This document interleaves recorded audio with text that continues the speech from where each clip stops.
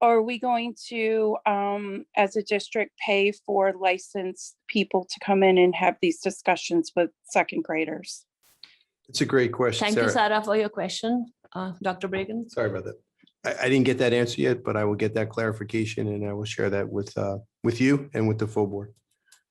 Can we have Amy speak now? I will unmute you.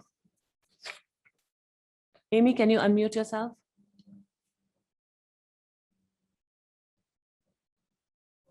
Okay, there we go. All right, can you hear me? Yes. Okay, yes, hi, Amy Patagna, how are you? I had an issue I'm just curious about. I know we talked to Burrell Patel about it, and I'm hoping and crossing our fingers with the allotment of buying new buses, but middle school sports programs, are buses going to be back and installed for the games for the next school year? Mr. Cohen? As of right now, it is something we are absolutely looking at. Are aware currently we're not transporting any of our middle school teams. We don't have the capacity currently to do both high school and middle school. We will be looking at contracting out our sports transportation, just like we tried to last year. But again, the national shortage of bus drivers has not changed. Hopefully we will have a contractor bid on some of those sports runs and be able to offer middle school sports transportation. With the purchase of the 30 new buses, of course, we are seeking drivers. And if we can hire those drivers, that will allow us to possibly start the middle school sports program, our transportation program, back up again. So, Mr. Cohen, just wanted to add a few things that I've also been hearing just about the transportation for school busing. The issue is that sometimes, some parents can actually go drop the kid and pick up the kid, but then there's some parents who can't do that. So those kids are actually dropping out of, playing the sport entirely. So if we can have some, update on that, that would be great. It's absolutely on our radar. I don't want any student in Edison not have an opportunity to participate in sports because of busing. We're doing everything we can. We're getting the high school sports out. Unfortunately, as I said, we don't have the capacity currently with the driver shortage to be able to do both high school and middle school at the same time. So we are basically doing high school right now, but we are not able to do middle school at all. We are currently doing high school. And we're doing again with high school, we're doing the best that we can. We're absolutely pushing for a little bit later leave time to make it easier for us to get the sports teams out. I have been in contact, received a call from the middle school, one of the middle schools, asking me about sports. So it is on the radar, and we will, as I said, hopefully be able to put those routes out for bid. And if we get a contractor to take them, we're absolutely going to offer it. And if we can do it in-house, if I can hire enough drivers in-house, I'm absolutely going to do it. Okay, great. So Melissa, can you unmute yourself, Sadowski? Hello. Hi. My son is a freshman at JP Stevens, and the orchestra director, Dr. Verdi, told me that there was a proposal put forth on the board to do block scheduling. And I know that it's not for this year, I don't think, but coming up maybe in 2023. And the concern was just that the orchestra program relies on the children being able to participate on a daily basis so that they can master their instruments. And as you know, the orchestra is a very important part of JP Stevens. It's, very well-known program and enriches a lot of the children's lives. So I just wanted to see what there was anything considerations for the orchestra program if this change is enacted to block scheduling. Dr. Bragan? Yeah, great question. And I happen to have been at JP Stevens this morning and met with Mr. DiNicola and Mrs. Azali as they were meeting with incoming 8th graders, I believe, from Woodrow Wilson Middle School. And it was just exciting to see our students that are currently in our programs talking to the younger students and how beneficial it was for them. And that's that connection that's really important that we hear over time, and that vertical articulation where we talk with people from different age levels so the younger students see what they can aspire to when they become, a John P. Stevens Hawk or an Edison High School Eagle. There has been discussions over time for the potential, again, and I say potential, there's been no decision, there's no board decision, there's been no recommendation for at some point considering moving to block schedule for a variety of reasons, from scheduling, from pedagogy, instructional pedagogy, from practicality and all those things, but nothing has been decided and no one has made any decision. So I don't know who shared that information with you or said that that was happening in 2023. That's not on our radar right now, but I will tell you this.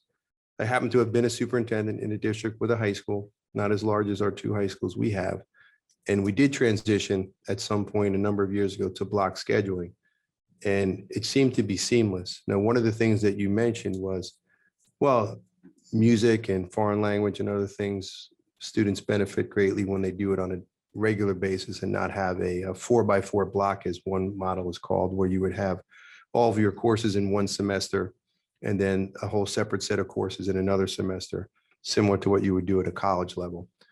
The model we adopted in my former district where I worked as superintendent was we chose an AB model, which was where you basically had your longer duration courses at the time at Raritan High School, 85-minute sessions every other day. And so if you were in music or foreign language or those things, you still had that longer duration classroom and 4 classes a day as opposed to 8, where you got that in-depth knowledge and more exposure to curriculum and the practical aspects of the programs. And yet you were still able to do all that over the course of the school year, just not every day. So it's in discussion, things are being looked at, but there's no decisions. It's not even a proposal on the board at this point. Thank you, Dr. Bregan. Heather, can you unmute yourself? Yes, this is actually her husband, Jim. We live at 51 Lynch, and right now we have a senior in high school, and we have a 6th grader at Woodrow Wilson, and a 3rd grader at Menlo Park School. But my reason to reach out this evening is my concerns for the baseball field, at JP Stevens, the varsity field, and the JV fields. I was by the fields the other day, and they just did not look acceptable. Years past, I've shared with the board the concerns that I've had for the fields, and also wondering what's going on for the turf. Edison has a gorgeous complex. Many schools in our conference have these beautiful fields, and our field has tree branches hanging over. The fence looks horrible. The field conditions, the outfield looks really bad. There were probably over 30 geese out on the field on Sunday morning. I was just wondering what the board is planning on doing for the fields for our athletes. Dr. Bregan, would you like to answer? Yeah, I would love to. Ed, thanks for the question, Mr. Casey. And I think I remember when you and Mr. Papiani were at a board meeting in the spring last year. The board did hear your concerns as well as the other parents of our athletes at JP Stevens High School. And the board's committed to putting in that turf field. And it began that process as early as last year and planning it, designing it, getting all that put up into place. The problem was because JP Stevens is surrounded by wetlands and you know the fields there and you know the location there, that's pretty regular occurrence with flooding in that area, that it had to get DEP approval. And we've yet to receive that final approval. So, it's March. We can't start ripping up that field tomorrow and have a place for kids to practice. So the long-range plan for that turf field, we were hoping we could have gotten it done, but with shortages of supplies, manpower and everything, and just the logistics involved in government approvals taking forever during this time, we weren't able to do it, but it wasn't because the board wasn't committed or our architect didn't do the plan and get everything submitted. We just haven't gotten the government approval on that. So that's that one. Hopefully when we get all that, we can make a decision on when to start breaking ground and moving forward. Regarding the update of the field now, we were at the field today. We had our facilities director there, and we're going to bring it up to speed. We're going to do the best we can to get it not only playable, but something you can be proud of. So we're committed to it, and we will do whatever we can to make sure that it's up to where we would expect all our fields to be for opening day. Thank you, Dr. Bregan. I believe Sarah has another Well, question. thank you for taking the time. Thank you very much. Thank you. I believe Sarah has another question. Sarah, can you unmute yourself? Yeah, I didn't realize that the busing is an issue for our middle schoolers for sports. I know in the past, Edison staff who have transported because of the busing, because it's been an occurring issue for the last 4 or 5 years of showing up late or not having busing. Edison staff has drove students to either wrestling matches or to softball or baseball games. They have been reprimanded.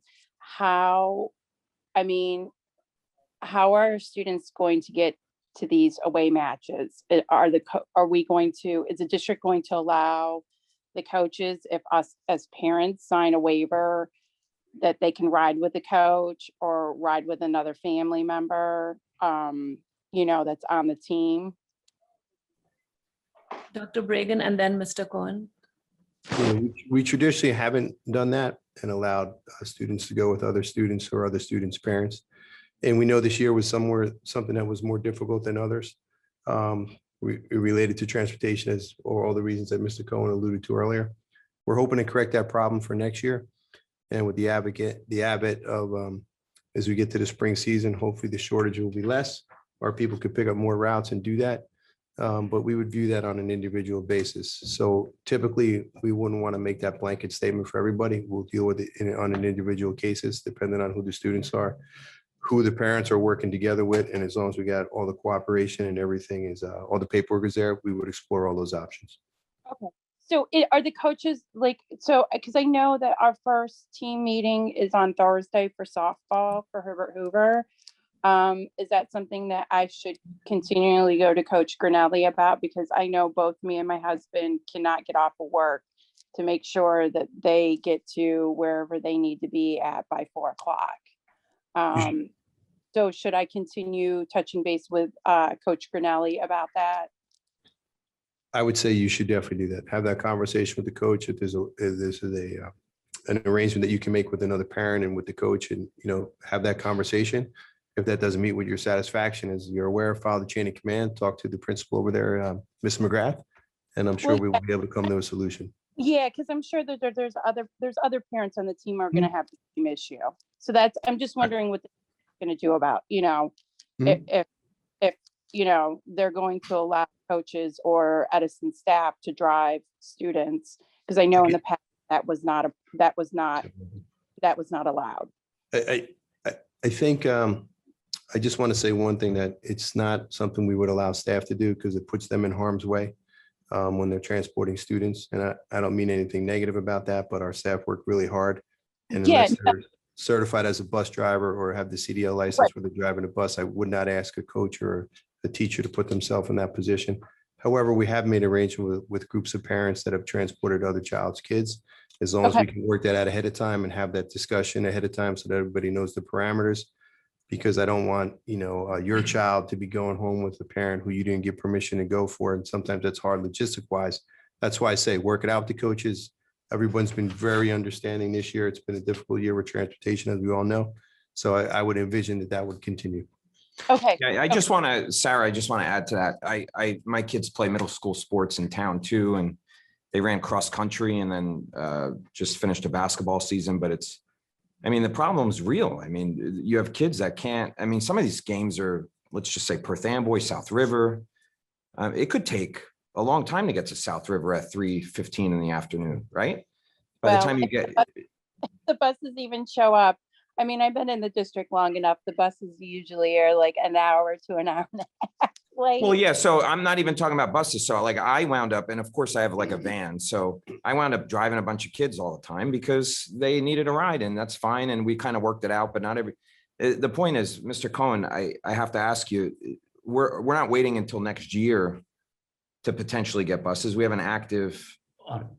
So if we could get a bus for softball, that would be great, right? Yeah, no, absolutely. If we have the capacity to do it, I would do it in a heartbeat. Okay. It's really a matter of, staffing Honestly, it's a matter of staffing. I mean, what I would expect is that we continually try to do this Yeah. and actively look for routes versus just say, we'll get to it in September. Like, I think we should certainly try to accommodate it this year if possible. Yeah, or have a discussion with the sports director, the athletic director, to have a discussion with schools that do not have busing issues, that we can have more home games than away games. I don't really know how that works. It's just I just wanted to know up front where we're getting ready to start the season on Thursday, and there might be a chance that Megan can't play because she doesn't have a ride, and I will work that out front. Sarah, we'll do everything we can to support you and Okay. other parents in that situation. And as our board president said, that we're trying to do as best we can. When we hired more Yeah. bus drivers on the last agenda, we're going to hire more on this agenda. It's really not Okay. so much the vehicles as having our own drivers, which would Right. always pick up those routes. So I envision as we keep addressing the issues, it'll get better and better. And that's what we're working on. Yeah, no. I understand. I just wanted to make it clear that if we can find other avenues of transportation or with the coach, I know in the past it wasn't allowed. So that's why I'm asking, will you guys allow it this time around Fair if enough. we work it through? Okay, The only thing we won't allow is the coach to transport the kids. We're not going to do that. okay. Thank you, Sarah. So the next person is Manish. Can you unmute yourself, Manish? Hi, good evening, everybody here. Thank you for having this call. I joined a bit late. So if my question is off topic, please feel free to table it, and I can wait for an answer after the fact as well. The question that I have is, I've been an Edison resident for over 11 years now. I've always kept an eye on our Edison schools ratings.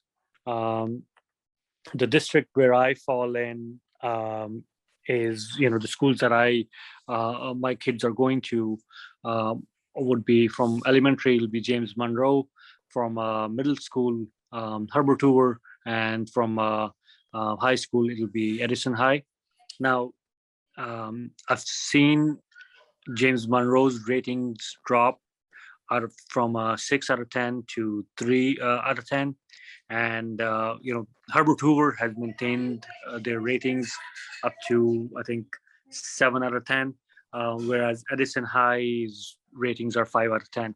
Now, the question that I have is, I know we follow the same curriculum between North Edison and South Edison schools. The ratings, there's a differential there clearly. What actions as a Board of Ed, are in place to improve these ratings? If there's any, I'll go on mute and I'll take that answer. Thank you. So Manish, can you just specify which rating are you talking about? Which source? Unmute yourself, please. Sorry about that. The source is Zillow. But I'm sure there are other rating sources that we should be looking at, but that's the one that's, it's in my purview.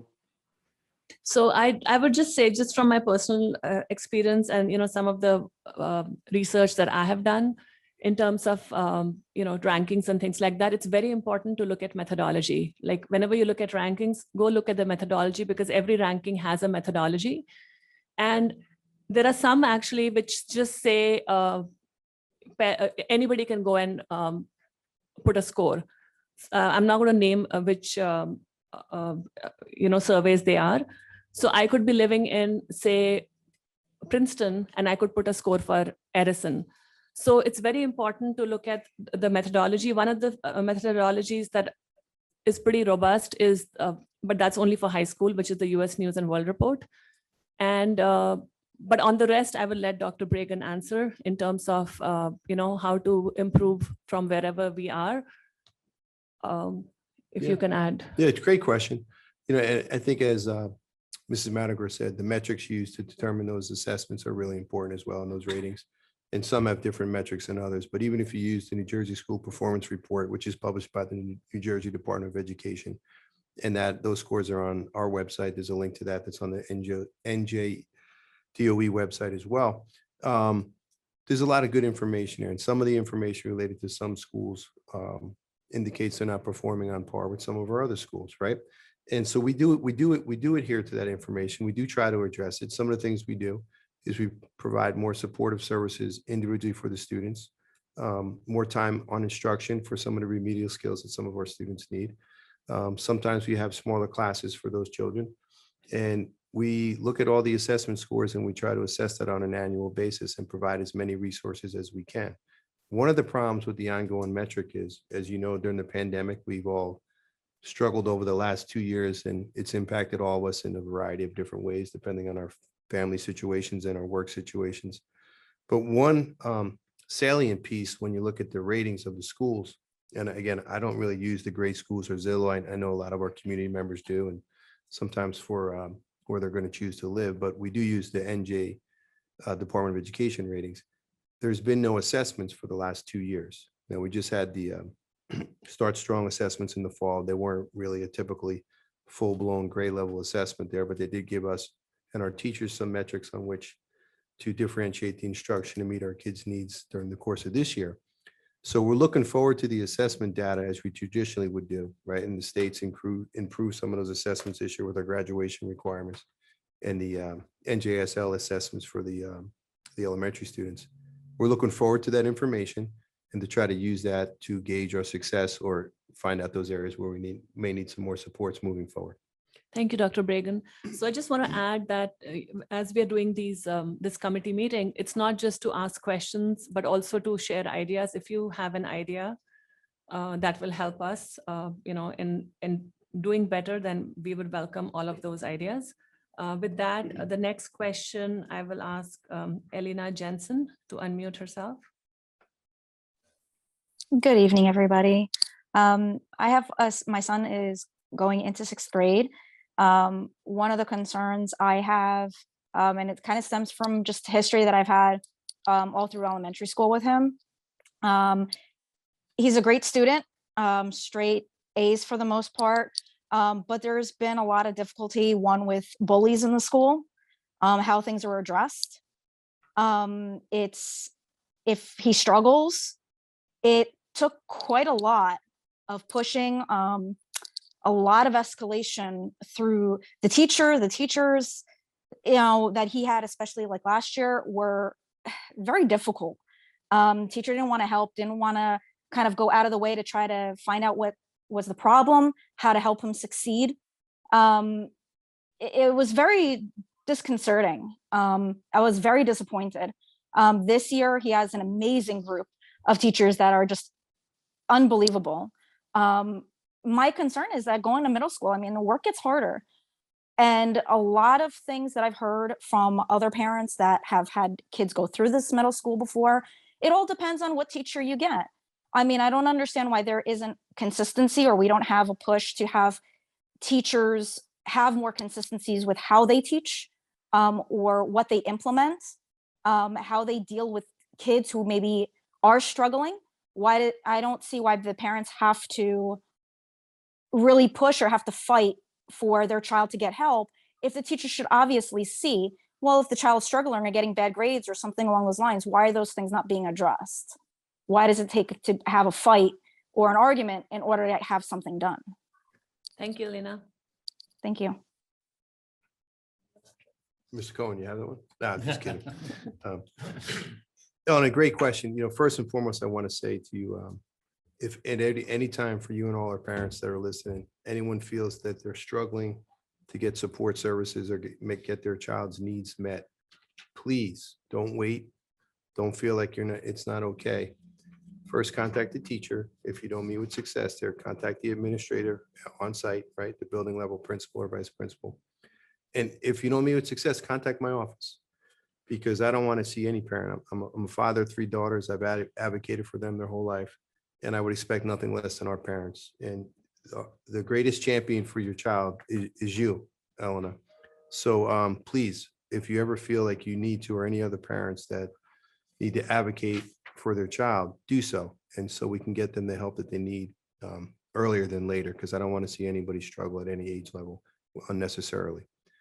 Regarding our teachers and an instructional models at each level in each classroom. Teachers are different, like all of us, right? And they have to adhere to the same curriculum, and we do want to have the same expectations in classrooms. But we do want to afford our teachers the opportunity and the freedoms to instruct in a way where they feel most comfortable, but also in a way that best meets their students' needs. And that flexibility is not necessarily a bad thing. I think it's one of the core tenets of our democracy in America that makes us great, in that we do have those individual freedoms, and we do want to recognize those in the classroom within the parameters, right, of the curriculum and our expectations for performance, whether that's with the assessments and the type of assignments that students are required to complete. So I don't want to have a one blanket thing that everybody does in sixth grade mathematics, everybody does in geometry in seventh grade, that everybody follows the same script, because that's not who we are as people, and that doesn't develop our human capital as students to the best of their ability. So that's why we don't have one thing, one size meets all for everybody, as far as scripted instruction and, you know, following down a list of exactly what to say and what lesson to teach at what time and so on and so forth, for a variety of reasons. One is that every class is different. Every child is different. And when you put the children in the rooms together, the dynamic is different with each classroom. I taught secondary most of my career, and I would have a second period US history class that was very different than my fourth and fifth period, not because the curriculum was different or I wasn't different, I'm the same person, but the children were different. I think back to my own children. In elementary school, they had one teacher that, you know, my oldest child loved and, you know, wanted to have, but we put our second child in that class and she did terribly. Same teacher, same curriculum, same personalities. So I hear your point. I think that the salient issue that I think I got from it is, if you feel, or any parent feels, their child is struggling and their needs aren't being met, please ask for help. Don't hesitate, don't wait. Start with the teacher. And if you don't meet with satisfaction, or go to the administrator, and then come to me. My email's on the website, Bernard.Bragan, K-12 Edison, NJ, USA, US. Please reach out to me. You and I actually spoke. All right. And when this I hope it was helpful. Well, yeah, I mean, you directed me actually back to the principal, and me and her actually got back in touch a little bit more, and we had a little bit more confrontation to it. But at the end of the day, she actually got him a mentor, which actually was what helped tremendously. And I do highly suggest, I know, honestly, I can't think of the name of the program that you guys were using at the time, but I highly recommend whatever mentorship program you have. I highly suggest really like pushing that out there, making it like a massive program, because it truly helps, especially the younger kids. It truly helps kids to connect to a teacher that maybe they're going to get next year. Thank you. I mean, Thank you, I'm Elena. glad it was helpful, and that's a great message. Thank you. Thank you. So, Dr. Bragan, just want to talk about, because we don't see any hands raised right now. So some of the questions that I had received earlier, what are the plans for full day kindergarten? Are we going to be using our Savior's Church, or we are good with just using the current buildings we have? Yeah, great question. You know, we're really proud that we announced in the board meeting a short while ago that we're going to have full day kindergarten in September of 2022. And we're excited about that. That's something that had gone away for a variety of reasons a number of years ago. And I know since I've been here, and I'm sure the board before I got here has been working hard to get full day kindergarten back, because we realize how beneficial it is to our students. So at this point, we look like we're going to be able to do it in all the elementary schools and not have to use some of the overflow spaces, such as our Savior's Church or other locations. However, if something changes, we want to have that just in case that need should arise. We don't anticipate that. You know, one of the things is critical to that, though, too, is the completion of the Lincoln Elementary School, which is 10 additional classrooms in the multi-purpose and gym areas. And right now that's on schedule, that's on track. But should that something happen, as things often do, right? We have contingency plans for those as well. Great. Thank you, Dr. Bragan. Amy, you can unmute yourself. Okay. Hi again. Dr. Bragan, I don't know if this is the right venue for my question. So if it's not, then you can just tell me so and I will email you separately. But speaking of being an advocate for students and talking about the full day kindergarten program, I teach, I'm the gen ed teacher over at the JMP ICR kindergarten class. And we are the only North End hub for ICR in kindergarten. And over the past few years, our numbers have been getting so increasingly high. This year, both of my AM and PM classes, half the class is special needs. And we do not have any extra aides and going into a full day program. If there's not another possibly hub opened up in the North End, we are going to continue to be overloaded with being able to service and advocate for those special needs students. Thank you, Amy. Dr. Bragan. Great question, Amy. And I would imagine that your room is the hub because they want to put the students with the best teachers.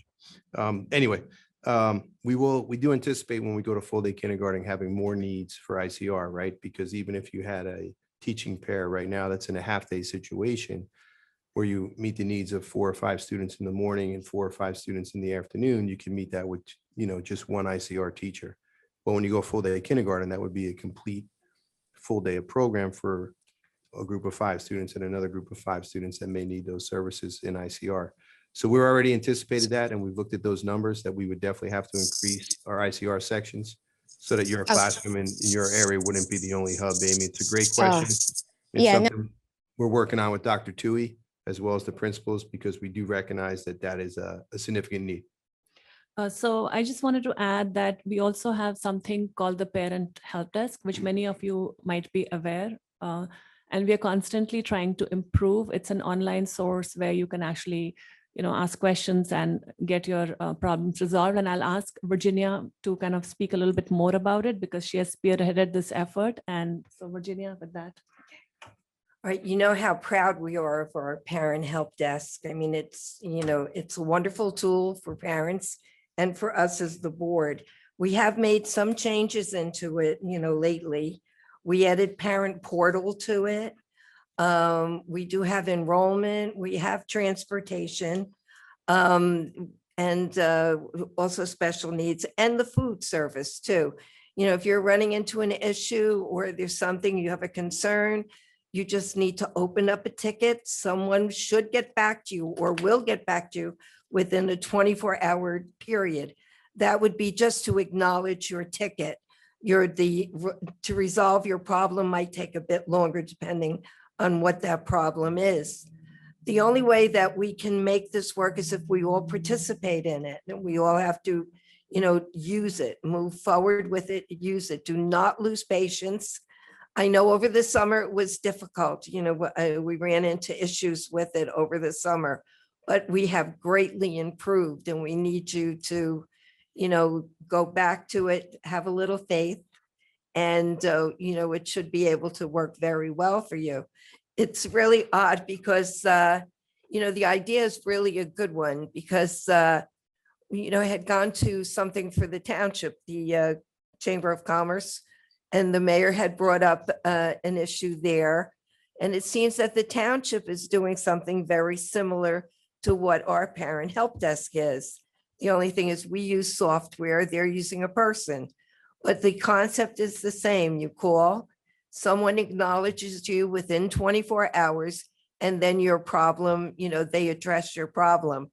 I know it works on the township side as well because I tried it. And, but we initiated the idea. Ours is different thanks to our wonderful technology people, who work so hard to do this and make it possible for all of us to, move forward with it. So please use it. The only way we're going to know if it works or, improve upon it is if you use it. Okay, thank you. Thank you, Virginia. So with that, I would like to, I don't think I see any more hands raised right now. So I have a few other questions which people sent to me earlier. So Mr. Benedict, how do we avoid the long lines in the summer, the enrollment lines? So we've done a couple of things. One, we've trained additional staff from around the district, different departments and stuff to assist us. We implemented a complete online registration system, a gateway registration system that allows parents to not only do all the forms that they have to complete, but also upload all the documentation to the silos. I say silo because you're just taking a picture or you're scanning it and up it goes. And then from there, the staff will process it through. Tomorrow, we're doing a training for 25 of our nurses just on the immunization records that'll flow in there. We're using it, we're piloting it along right now for kindergarten registration. We opened that up in the beginning of February, and as of today, we have a little over 400 parents that have registered for kindergarten. There have been no lines. So we still have the option for parents to come in if they want, because we don't know what their situation is at home. But that's what we're really trying to push parents towards. So after a parent fills in the form, when do they get the notification that their child has been enrolled? When they initially fill out everything and they hit submit, they'll get an acknowledgement that they've actually submitted. Then the staff goes in and they start going through things. If they find that something was missing, or there was say you uploaded a birth certificate, but when you typed the child's name and there was a misspelling, they'll reach out to the parent and let them know that, hey, I noticed that this is an error. We're going to go ahead and correct it, just to let you know. But that initial email is automated. And then as they're going through the process, the staff reaches out and then they will complete it. And they'll finalize what they call it is sealing the file. Once they seal it, the child flows right into the SIS, our student information system, and becomes visible to the school. And they go from there. From that point forward, it's the school who will be reaching out as far as setting it up. Okay, great. Thank you. So Mr. Cohen, just one question for you. You were not here last summer, when we had all this busing issue. And typically the forms for busing goes out to parents around May. And I think on the, right? Am I right, Dr. Reagan? For subscription. For yes. subscription, yeah. For pre-busing, it's really not an issue because those kids are automatically enrolled. But for subscription, it goes out in May. A lot of time what happens is that some people miss that form. Even though they want subscription busing, then they end up coming a month or two later. So how do we ensure that everybody who needs a busing, somehow we alert them in a way that they actually respond? And also in terms of subscription busing, is there a way we could provide more subscription routes? I know there's a busing, there's a shortage of bus drivers and things like that, but that would also ease some of the parking issues and, some of the congestion around the schools.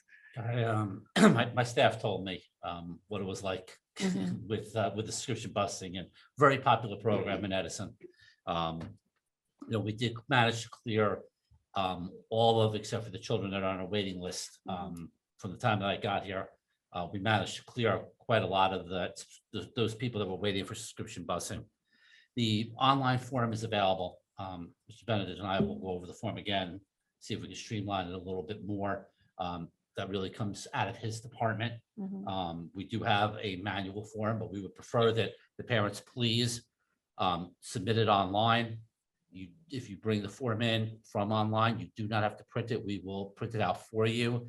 We would like you to print it, but we can take care of it in our office. As far as your other question goes, so the research that we did, we have nearly doubled our subscription busing this year. In 1920 school year, we had 1,350 children on subscription busing. This year, as of today, we have 2,635 children that we have on subscription busing. There's, again, it comes down to a capacity issue. I was amazed when Mr. Benedict actually provided me with those numbers. I was amazed that we were really transporting that many children under subscription busing.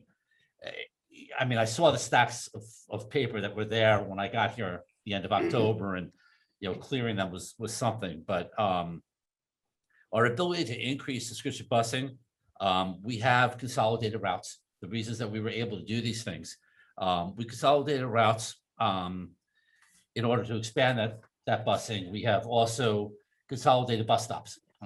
So parents will find that their children may be walking a little bit further to a bus stop, but that allows us to be able to fit and pick up that many more children.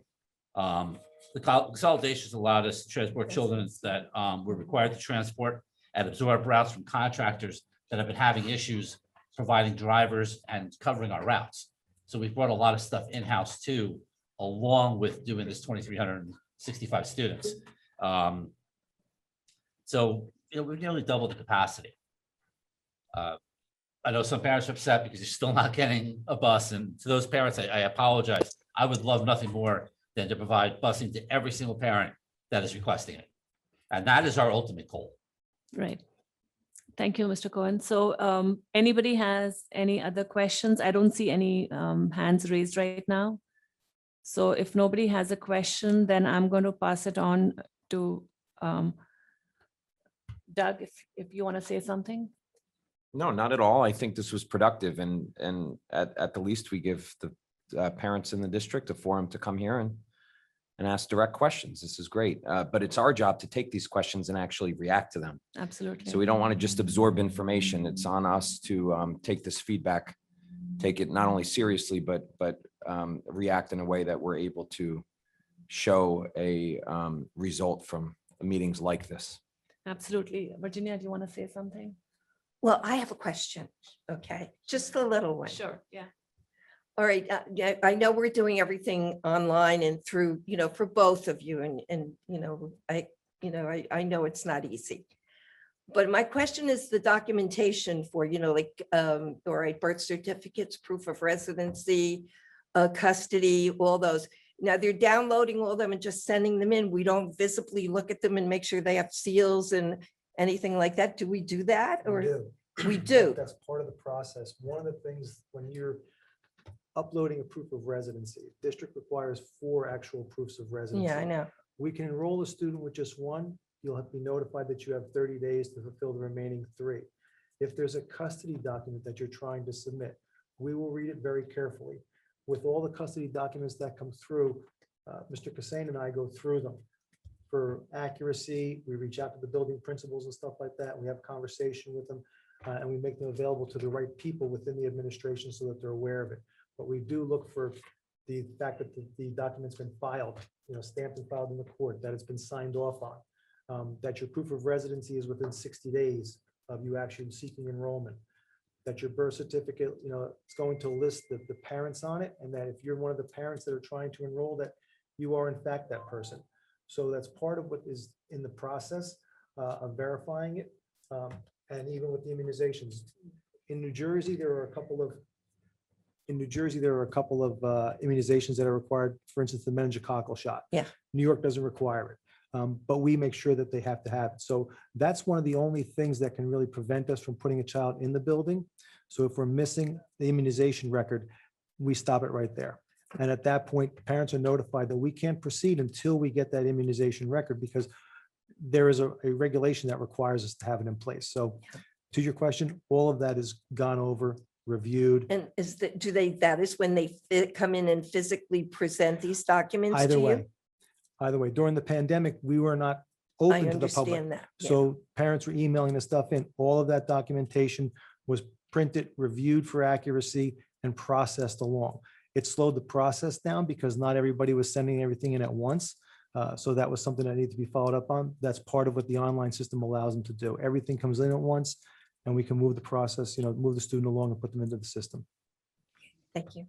So there was one hand raised, but I guess it's not raised anymore. So if you still want to ask a question, you can raise your hand again. Otherwise, okay, so I can see Anita. Anita, can you unmute yourself? Yeah, hi, everyone. Good evening.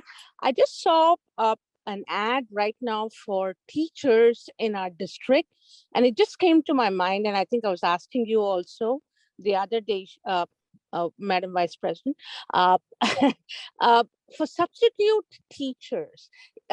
Many of the residents in my neighborhood were asking, is there any training this year? Because every year there used to be some kind of training for substitute teachers in the district. And I think it's a great way to raise, the capital for teachers in our district. So is there any information coming out at any point in time? Dr. Aldarelli? Sure, thank you. Thank you very much for your question. Yeah, we do provide training for substitute teachers, and we are always in the market for substitutes. Once we begin the onboarding process, we place them into a program that provides them with training not only for mandated training, affirmative action, policies, procedures, but at the same time provide them with an overall scope of how our school runs. Those trainings used to be in person. They are online right now. They're through our GCN trainings. We're able to automate those. They really don't replace, the interaction that probably takes place between, the individuals. But at least this way, we've been able to onboard a lot more substitutes in this capacity. And as always, yes, there is definitely an open advertisement for substitutes. Our staff and our community have done a great job with not only providing the paperwork within that capacity, but the threshold as well to become a substitute has also been revised by the state of New Jersey. There are criteria for people that have 30 credits, as well as an associate's degree for 60 credits too. Anyone that's interested, please feel free to reach out to my office directly. We'd be more than happy to walk you through the process and hopefully make you a member of the Edison Township substitute teaching staff. Thank you, Dr. Aldarelli. And now we're going to take just one last question from Mr. Said. Can you unmute yourself, Mr. Said? Hi, thank you for giving me the opportunity. I just want to quickly give one suggestion. I would like to see a little bit more about the board members on the website, if that's possible. If you guys can add some 3 to 4 lines about a board member, on the website. When I click on the picture, then I can learn a little bit more about, what that board member is doing, what is the role and responsibility, their background. If that can be done, that would be more helpful to the Edison residents also. Thank you. With that, we're going to end this meeting now. I just want to One more person has their hand raised. Oh, sorry, I didn't see you. That was the last. Okay, go ahead, Mr. Christo. Can you unmute yourself, Mr. Christo? I'm unmuted. Is this a performance review? No. It's a committee that we just try to take substantive feedback on things that are affecting the students and parents. And so we have here with us, some of our administration. Okay, I reserve the time. I want to take my time back. Thank you. Since this is I heard performance review committee, something to that extent, I would like to rate your performances. No. This is not a meeting for rating any performance. This is we are monitoring our own performance through the feedback. Are you cutting off my public comments? Because you didn't do that with any other speaker. Respectfully, Mr. Christo. I'm gonna respectfully ask you, may I please continue with my comments? Thank you. The performance recently, BOE member Baral Patel. Mr. Christo, this is not the forum for this meeting. Please bring your such questions to the Board of Education meeting. So I just wanted to add that we are going to be ending the meeting now. And we will be meeting again soon, maybe in a month or so, and the emails will go out to parents. If you're a member of the audience, you're not allowed to speak. So we are going to be, the email will go out when we, hold our next meeting. And so thank you all for joining us today. And we look forward to hearing more from you at the next meeting. And have a great night. Thank you again.